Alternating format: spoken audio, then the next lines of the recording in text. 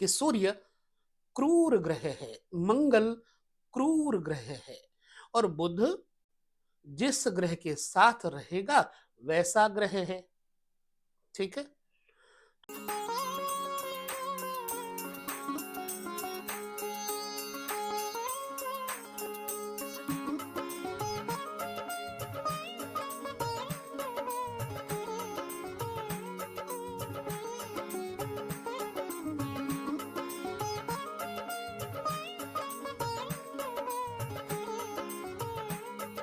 नमस्कार, जय श्री कृष्ण।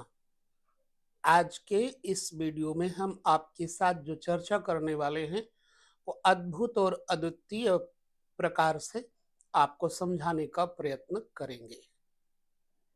आज यह आपको जरूर पता लगेगा कि यदि 12 घरों में सूर्य जाए किस राशि के अंतर्गत लाभ या हानि करेंगे। कहने का अभिप्राय है कि कोई भी ग्रह सदैव लग्न में होने पर शुभ या अशुभ नहीं करता, उसकी अवस्थाएं होती हैं।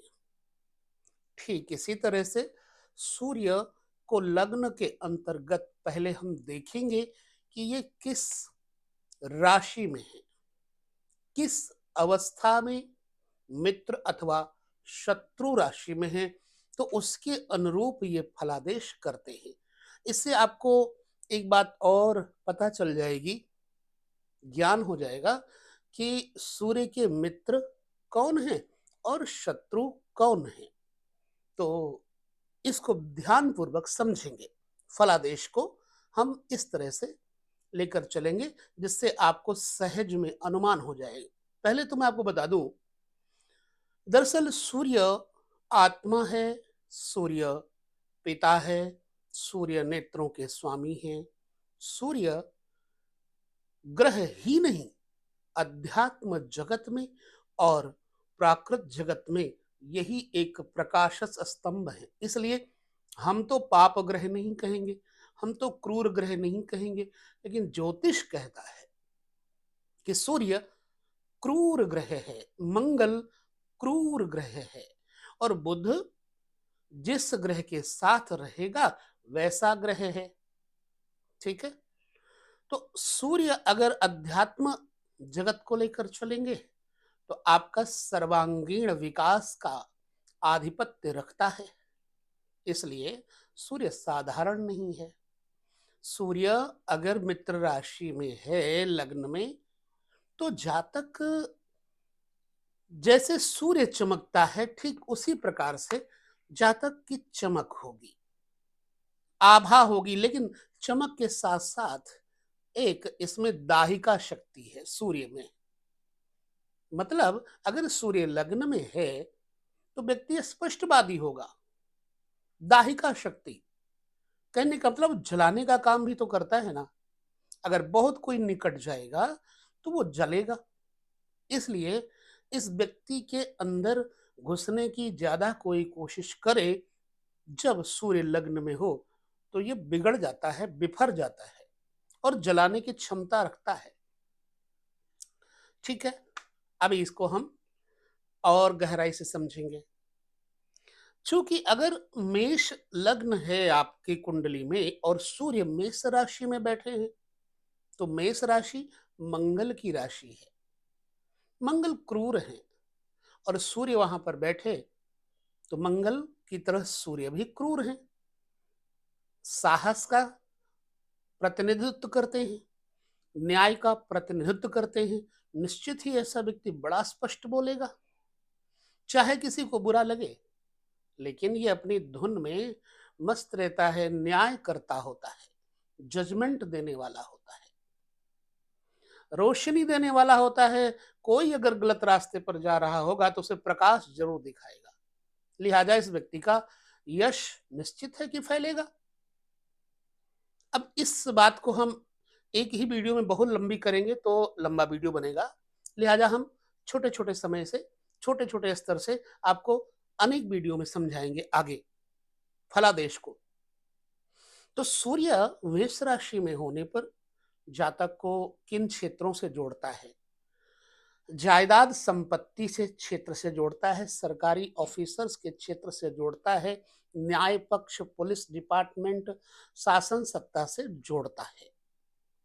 ठीक है, यानी ये कलम का अधिकारी होता है। इसके अंदर कलम चलाने की योग्यता और क्षमता होती है। शर्त इतनी है कि सूर्य को कोई शत्रु ग्रह ना देखता हो, नहीं तो सूर्य पर कलंक लग जाएगा। अब सूर्य के शत्रु ग्रह कौन से हैं? तो पहले हम समझ लें कि सूर्य के शत्रु ग्रह कौन से हैं। यहां आपको बता दें कि शुक्र और शनि सूर्य के शत्रु ग्रह हैं। शुक्र की राशि दो है, एक है तुला, एक है वृष। तो यदि वृष राशि और तुला राशि में शुक्र लग्नस्थ होंगे तो निश्चित सी बात है, जाहिर सी बात है कि जातक को कलंकित बनाएंगे। भाई, एक तो सूर्य आकाश में चमकता है और एक सूर्य प्रकाश परछाई देता है, प्रतिबिंब देता है पानी में। तो सूर्य हो जाएंगे जब शत्रु राशियों में, तो जातक को भोगोपवादी बना देंगे, झंझटी विवादी बना देंगे, निश्चित बात है रोगी बना देंगे, तमाम प्रकार के अवसाद दे देंगे। लिहाजा यदि तुला, वृष, मकर, कुंभ, चार राशियां मैंने बता दी, ये चारों राशियां सूर्य की शत्रु राशियां हैं। यहां पर जाने पर इस राशियों में सूर्य का प्रभाव निश्चित बात है कि छोटे स्तर का हो जाएगा। अब व्यक्ति छोटे स्तर के कार्य करेगा। हो सकता है सरकारी मुलाजिम हो, लेकिन अब वो ऑफिसर है ये नहीं कह सकते हैं हम, या फिर इसको ऑफिसर के तबके के लोग परेशान करते रहेंगे। ये कुछ स्पष्ट नहीं बोल पाएगा। बोलेगा, बोलना चाहेगा पर बोल नहीं पाएगा, क्योंकि अधिकार नहीं है। तो ये चार राशियां वृष, तुला और मकर तथा कुंभ, ये सूर्य की शत्रु राशियां हैं। अब मित्र राशियां जैसे मंगल, बृहस्पति और चंद्रमा सूर्य के शत्रु हैं, मित्र हैं, सॉरी। मेष राशि, वृश्चिक राशि और कर्क राशि के यदि सूर्य लग्न में है तो जातक पहले के जितने मैंने गुण बताए थे उन गुणों वाला होगा। स्पष्टवादी होगा, न्यायवादी होगा, कटुवादी नहीं होगा। उसको बोलने की आदत है, वो बोलेगा। तो मेष, कर्क और वृश्चिक राशियों में सूर्य अपने मित्र राशि में है। अब किस राशि में सूर्य लग्न में बैठे होने पर ना बहुत ज्यादा बोलेंगे ना बहुत कम बोलेंगे, वो है मिथुन राशि और कन्या राशि। सूर्य बुध को सम मानते हैं, ना मित्र मानते हैं ना शत्रु मानते हैं। इसलिए अगर लग्न में सूर्य मिथुन या कन्या के हुए तो फिर व्यक्ति को, मिथुन और कन्या दोनों बुध की राशियां हैं, निश्चित बात है कि जातक बहुत सहिष्णु होगा, सहनशील होगा, बड़ी बड़ी मुसीबतों को झेल के भी उफ नहीं करेगा, न्याय करेगा, दोनों पक्षों को प्रसन्न रखने का प्रयास करेगा, व्यवसाय क्षेत्र में अधिक सफल होगा। यदि सूर्य हुआ तो इन राशियों में, तो मैंने आपको बताया मेष, वृष, मिथुन, कर्क, सिंह। अब सिंह रह गया।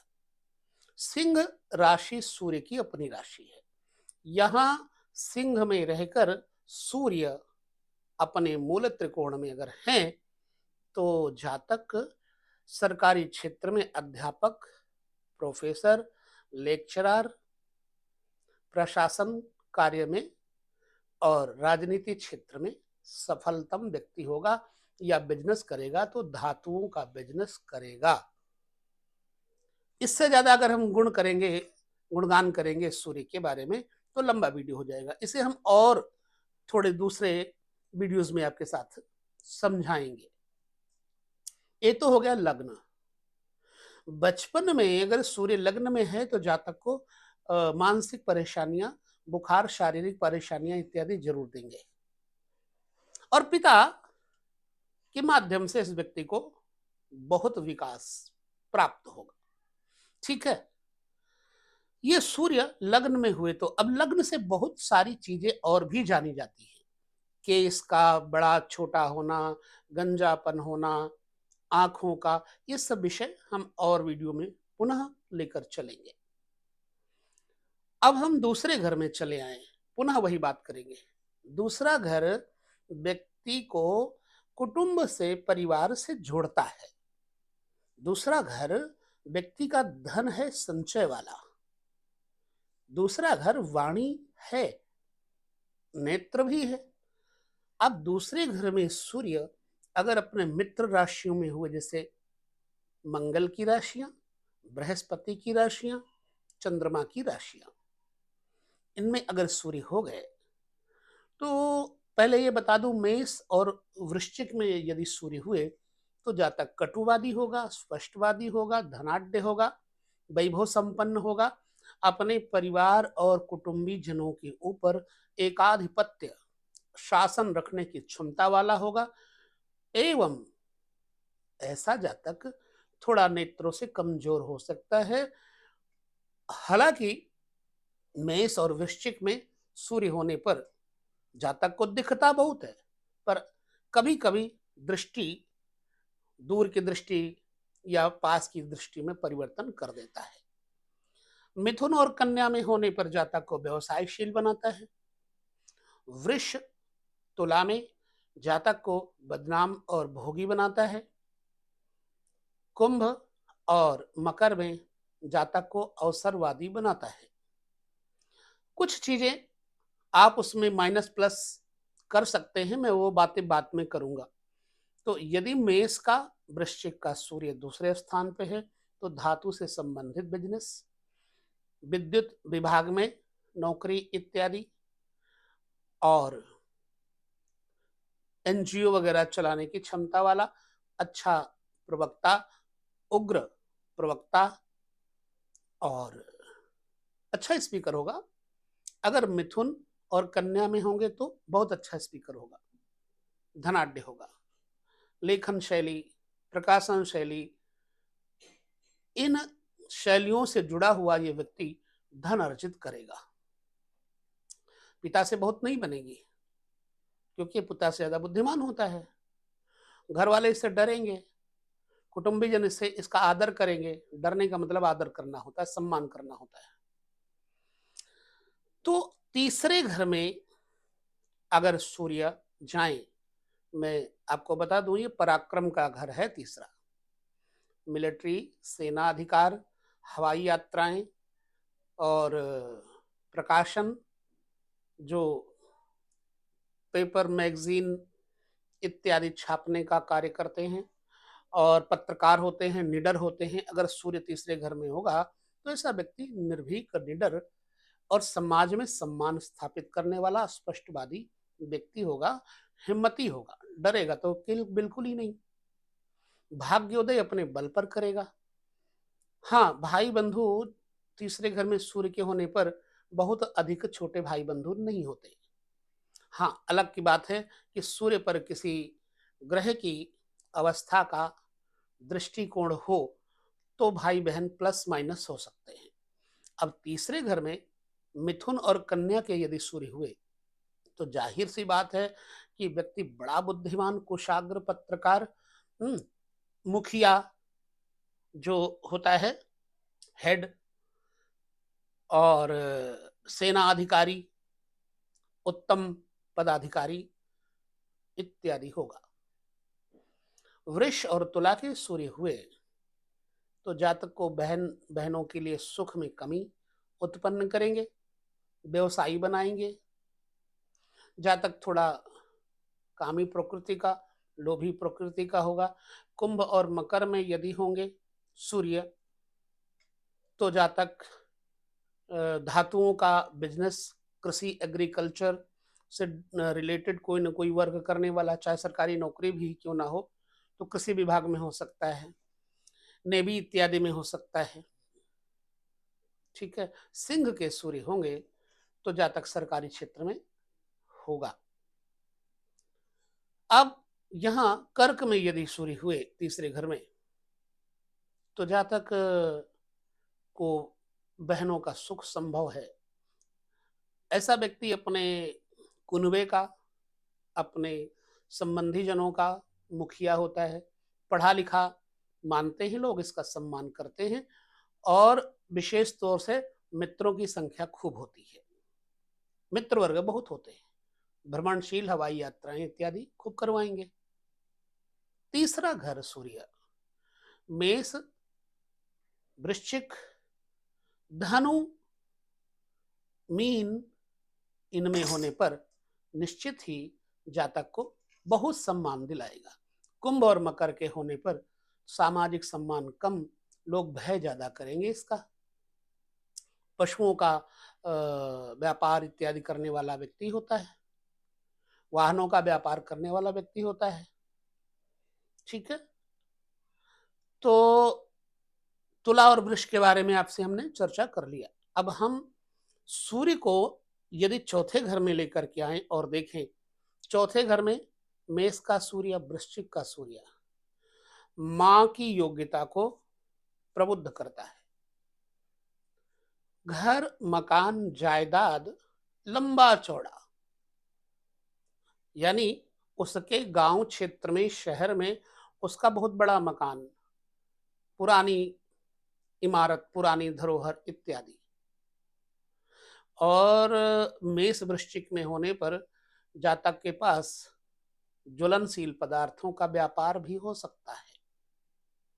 अग्नि का, भट्ठे का, भट्ठी का, इस तरह का, या फिर जहाज इत्यादि के बिजनेस से, नेवी इत्यादि की नौकरी से इस जातक को लाभ होगा।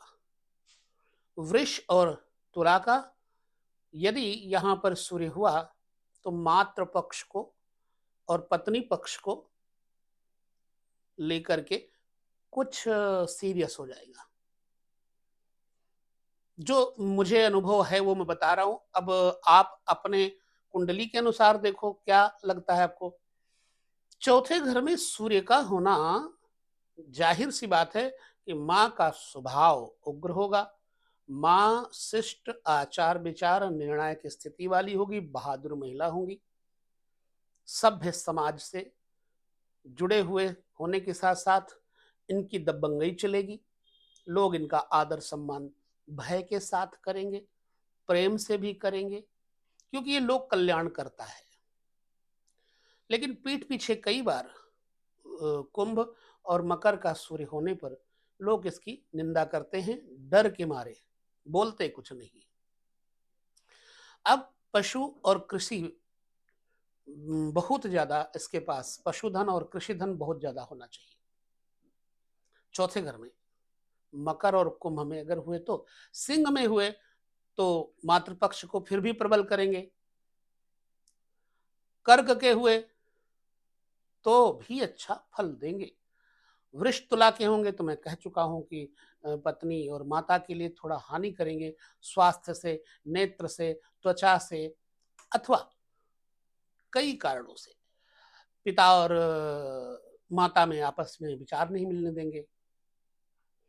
धनु और मीन के सूर्य होने पर जातक को धातुओं का बिजनेस अच्छा, मंडी का मुखिया, प्रधान, सेवक, ये सब बनाते हैं। चतुर्थ घर में यदि इन राशियों में हुए तो।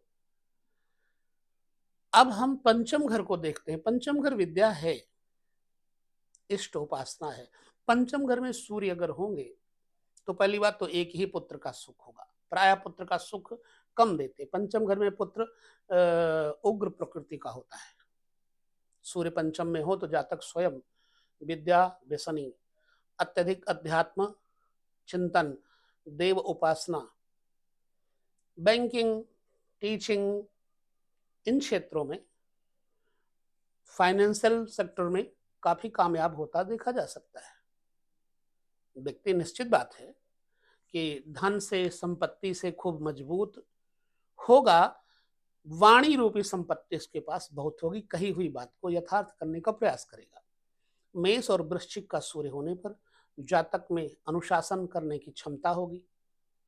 नौकर चाकर भृत्यों को और अपने विद्यार्थियों को संयमित रखने के लिए ये बहुत अग्रणी रहेंगे। वृष और तुला के सूर्य यहाँ होने पर जातक को कन्या संतान में कमी उत्पन्न करेंगे। मिथुन और कन्या में यदि सूर्य हुए तो संतान पक्ष को मजबूत श्रेष्ठ योग्य संतान देंगे, है ना। धनु और मीन में होंगे तो संतान के सुख में बहुत कमी दे देंगे। सिंह के होंगे तो एक संतान होगी। कुल मिलाकर के पंचम में सूर्य अगर मित्र राशिगत हैं तो बढ़िया फल देंगे। शत्रु राशि में फल अच्छा नहीं देंगे। मैं पहले कह चुका हूं कि शत्रु राशियां कौन सी हैं। वृष, तुला, कुंभ, मकर, ये सूर्य की शत्रु राशियां हैं। छठा घर सूर्य होना बढ़िया है। अभी हम एक और चर्चा आगे करेंगे लाल किताब के ऊपर आप लोगों के साथ। फिलहाल इसे समझने का हम भरसक प्रयास करते हैं। मेष से लेकर मीन तक हम जो 12 घरों में सूर्य की चर्चा कर रहे हैं वो आपके ऊपर कैसा प्रतीत हो रहा है हमें जरूर बताइएगा। मेरा प्रयास है कि मैं आपको सिर्फ ज्योतिष विषय को खूब खोल करके बताऊं। जरूरी नहीं कि मेरी बातें सब सच हो, ब्रह्मा तो हूं नहीं, ईश्वर के अलावा कोई शक्ति नहीं है। तो छठे भाव में यदि सूर्य मेष के हुए तो जातक निडर होगा, शत्रुओं पर भारी पड़ेगा। वृश्चिक के होंगे तब भी ऐसा ही होगा। जातक के पास जमीन जायदाद संपत्ति खूब होगी। जातक अच्छा वकील, डॉक्टर पेशे से, मेडिकल स्टेटस से काफी कुछ बना सकता है। मेष वृश्चिक का सूर्य शत्रु पर, रोग पर, ऋण पर कंट्रोल करेगा। हाँ, पेट में रोग इत्यादि जातक को दे सकता है, कंधों में रोग दे सकता है, हड्डियों में रोग दे सकता है, नेत्रों में रोग दे सकता है। वृष और तुला के सूर्य यदि हुए तो फिर थोड़ा नुकसान होता है, भाग्य का नुकसान होता है, भाग्य कमजोर होता है जातक के स्वभाव के कारण। मकर और कुंभ के सूर्य यहां होने पर जातक दबंग होता है, लेकिन खर्चीला बहुत होता है और कई बार अपने व्यर्थ के भोगों के कारण रोगी भी पाए जाते हैं, उदर रोगी पाए जाते हैं। मीन और धनु में सूर्य होने पर जातक अपने दुश्मनों पर हावी होंगे और न्याय से होंगे। मतलब न्यायोचित मार्ग से अपने शत्रुओं पर अपनी योग्य शब्दावली से, तथ्यों से, सिद्धांतों से शत्रुओं पर हावी होते हैं। अब सप्तम स्थान पर सूर्य प्रायः अच्छा नहीं माना जाता। मेष के सूर्य सप्तम में हो तो स्त्री भाग्यशाली, पढ़ी लिखी, योग्य होती है, लेकिन लड़ाकू होती है। वृश्चिक के होंगे तो भी स्त्री का ही वर्चस्व रहेगा। जातक की अपनी स्त्री के साथ बहुत अच्छी नहीं बन सकती है। जातक अच्छा बिजनेस कर सकता है लेकिन बुद्धू माना जाता है। ये व्यक्ति स्त्री पक्ष से आकर्षित होने के कारण कभी कभी फंस भी जाता है। ब्लैक मैजिक इत्यादि से भी इसको भय रहता है और इसको ब्लैकमेल भी किया जाता है। यहां पर मेष वृश्चिक के सूर्य इस तरह का फल देंगे। वृष और तुला के सूर्य जातक को सांसारिक सामाजिक स्तर से असम्मान की दृष्टि देंगे। जातक नेत्र से, पेट से, हड्डियों से कमजोर होगा। कुंभ और मकर के होंगे सूर्य तो जातक का पत्नी के साथ वैमनस्य हो जाएगा, आपसी मतभेद होकर के रिश्ता भी टूट सकता है। सिंह के होंगे तो पत्नी शिक्षिका हो सकती है। जातक का अपनी पत्नी के साथ ऐसे में प्रेम होना स्वाभाविक है, न्यायप्रिय होता है।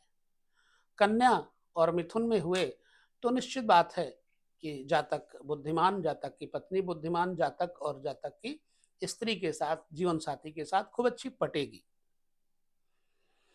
कर्क के यदि हुए तो पत्नी को रोग, शारीरिक व्यथा इत्यादि हो सकती है। हालांकि पत्नी अच्छी होती है, लेकिन प्रायः पत्नी को दांतों के रोग, नेत्रों के रोग, हड्डियों के रोग हो सकते हैं।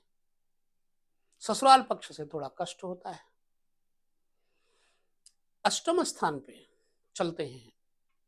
अष्टम स्थान मृत्यु शमशान स्थान है। सूर्य यहां पर होना, यह शनि का घर होता है। अष्टम स्थान शनि का घर है। यहां सूर्य आए तो पिता का घर कभी, पिता पुत्र के घर को बिगाड़ते नहीं, बनाते हैं, सुधारने का प्रयास करेंगे, नुकसान नहीं करेंगे। लेकिन क्या करेंगे? पेट के रोग देंगे। मेष वृश्चिक के सूर्य होंगे तो पेट के रोग देंगे, नेत्र के रोग देंगे, यह बात तो निश्चित है। कौटुंबिक कलह देंगे।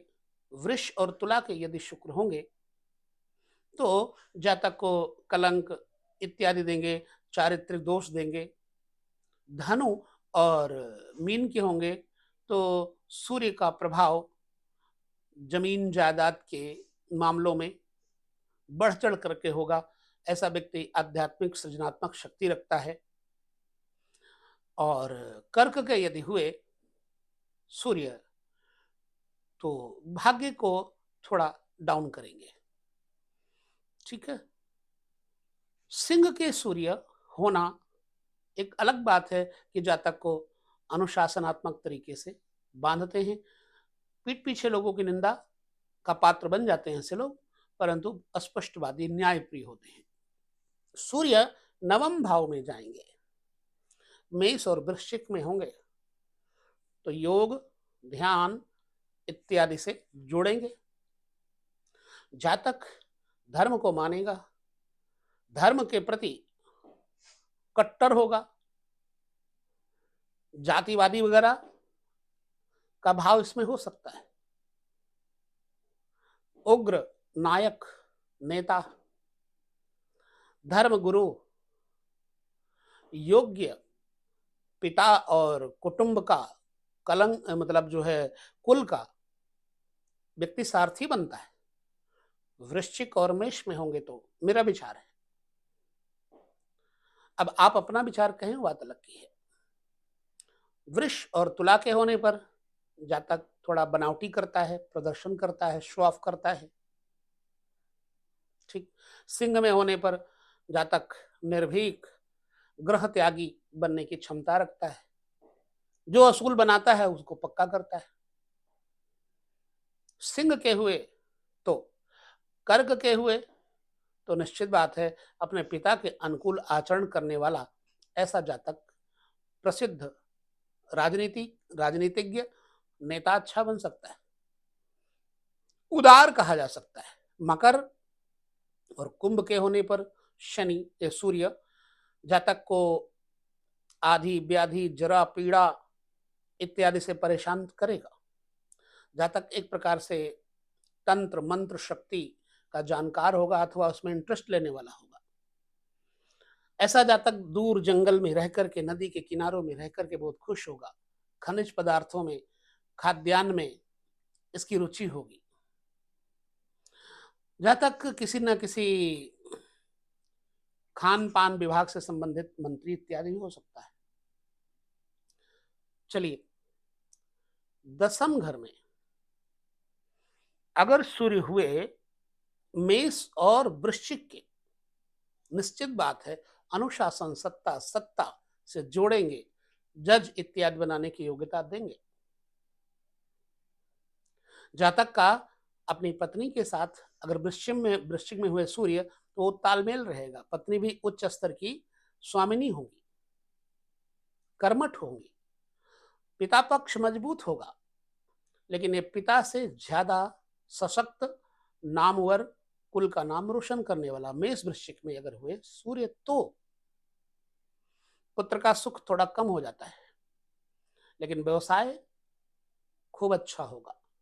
राजनीतिक क्षेत्रों में स्वतंत्र रूप से ये जाना पसंद करते हैं, किसी का दबदबा अपने ऊपर बर्दाश्त नहीं करते हैं। वृष और तुला का यदि सूर्य है तो पिता को कलंकी बनाते हैं। कई बार जातक का व्यापार भी अप डाउन होता है। और यदि सिंह के हैं सूर्य तो सरकारी क्षेत्र में उत्तम क्वालिटी का पदस्थ अधिकारी बनाते हैं। कर्क में सूर्य होने पर जातक को आमदनी का स्रोत बढ़ाएंगे, धातुओं से संबंधित बिजनेस, आयात निर्यात, एक्सपोर्ट इंपोर्ट का काम करवाएंगे। एक चमकता हुआ सितारा सूर्य दसम स्थान पर होने का मतलब जातक का सूर्य दिन दूनी रात चौगुनी जातक को तरक्की देगा, क्योंकि दसम स्थान चढ़ती हुई दोपहरी है, आकाश है, पिता है। तो धनु और मीन के सूर्य यहां पर हुए तो भी जातक को उच्च अधिकार प्रदान करेंगे। ठीक है। 11वें घर में आमदनी का घर है, मेष और वृश्चिक। यहां पर सूर्य का होना जातक को बहुत प्रसिद्धि वाले कार्य करवाता है। ऊंचे दर्जे के लोगों से इस व्यक्ति के बड़े अच्छे ताल्लुकात होंगे, प्रतिष्ठित लोगों के। लेकिन यह अच्छे नेताओं से, अच्छे वर्ग के ऑफिसरों से मिलकर के राजनीति में खूब लाभ लेता है, राजनीति का, और दूसरों के काम करवाना इस व्यक्ति से कोई सीखे। यह व्यक्ति बड़ों बड़ों को अपना सहभागी बना करके उनके साथ जुड़ करके खूब नाम, उद्यमियों में से नामवर बन जाता है। मेष और वृश्चिक के सूर्य होने पर ऐसा प्रतिफल संभावित है, बाकी निश्चित तो आप ही करेंगे ना। वृष और तुला में शुक्र सूर्य होने पर हालांकि बड़े भाई बहनों का सुख कम देंगे, पर इसको धागे, सूत्र, सफेद कार्यों से, चांदी इत्यादि से, गोल्ड से लाभ देंगे। धनु और मीन के हुए तो भी धातुओं से संबंधित अच्छा बिजनेस और नाम, यश तथा संपत्ति देंगे। कर्क के होने पर जातक को व्यय ज्यादा करवाएंगे, हानि ज्यादा करवाएंगे। सिंह के होने पर जातक के व्यवसाय को दिन दूनी रात चौगुनी बढ़ाएंगे, आमदनी के स्रोत खूब खोलेंगे। 12वें घर में सूर्य का होना निश्चित बात है कि जातक के शयन सुख को नष्ट करता है। मेष के हो या वृश्चिक के हो, जातक का अपनी पत्नी के साथ कुछ न कुछ अवसाद, विवाद लगा रहेगा। रात की नींद बहुत अच्छी नहीं आएगी। मेष के हो या वृश्चिक के हो, वृष के और तुला के हो तो जातक को थोड़ा अपने पत्नी के साथ जोड़ देते हैं, व्यय ज्यादा करवाते हैं रोगों पर, और कहीं ना कहीं राज्य पक्ष से टैक्स, इनकम टैक्स इत्यादि में इनका पैसा बहुत जाने का डर रहता है, और पुलिस डिपार्टमेंट से, जेल से, हॉस्पिटल से जुड़े रखेंगे। वृष तुला के होंगे तो त्वचा के और नेत्र के रोग इत्यादि देंगे। धनु और मीन के होंगे जातक अपने इच्छा से तो दान करेगा ही करेगा, कभी कभी बहुत ज्यादा दान कर देगा, भले कर्जी हो जाए, ऋणी हो जाए, लिहाजा परेशान रहता है। कुटुंब के लोग इसको मानते नहीं, परिवार के लोग इसकी इज्जत नहीं करेंगे। सिंह का सूर्य होने पर जातक किसी की परवाह नहीं करता, चाहे कुछ भी हो जाए, जो जैसा करता है करने दो, लेकिन अपनी मस्ती में रह करके चलेगा। शेर की भांति दहाड़ता हुआ। कर्क में होने पर जातक एक तो अपने देश में नहीं रहता, विदेश में ज्यादातर रहता है, प्रवासी बनता है। लिहाजा कर्क में सूर्य होने पर जातक महिला वर्ग से जुड़ करके अत्यधिक लाभ प्राप्त करता है। धनु मीन के दानी बनाएगा, मेष वृश्चिक के उग्र बनाएगा। कुछ भी हो, 12वें घर में कोई भी शुभ ग्रह बहुत अच्छा नहीं होता, परंतु सूर्य थोड़ा उग्र होने के कारण 12वें घर में आकर जातक को शासन प्रशासन से जोड़ ही देते हैं। चाहे कुछ भी हो जाए, भले ना खाएं लेकिन खिलाएंगे जरूर। इसलिए 12वें घर में सूर्य होने का मतलब जातक को कभी कभी पुत्र और पिता में विचारधाराएं नहीं मिलने देते। इस तरह से लग्न से लेकर 12 घर तक जो ये सूर्य का विवेचन फलादेश रहा, आपको लगा कैसा, निजी अनुभव से बताइएगा। हो सकता है कि सच ना हो, कुछ सच हो या बहुत सच हो, ठीक, आप अपने कमेंट में हमें बताइएगा, फिर हम आगे चर्चा और करेंगे। सूर्य से संबंधित अभी बहुत सारी चर्चाएं हैं, ज्योतिष महासागर है, इस महासागर में कुछ गोते लगा करके हम कुछ रत्न लाने का प्रयास करेंगे। यहाँ विदा लेते हैं। पुनः मिलेंगे अगले वीडियो में। कार्यक्रम कैसा लगा जरूर बताएं। नमस्कार, जय श्री कृष्ण।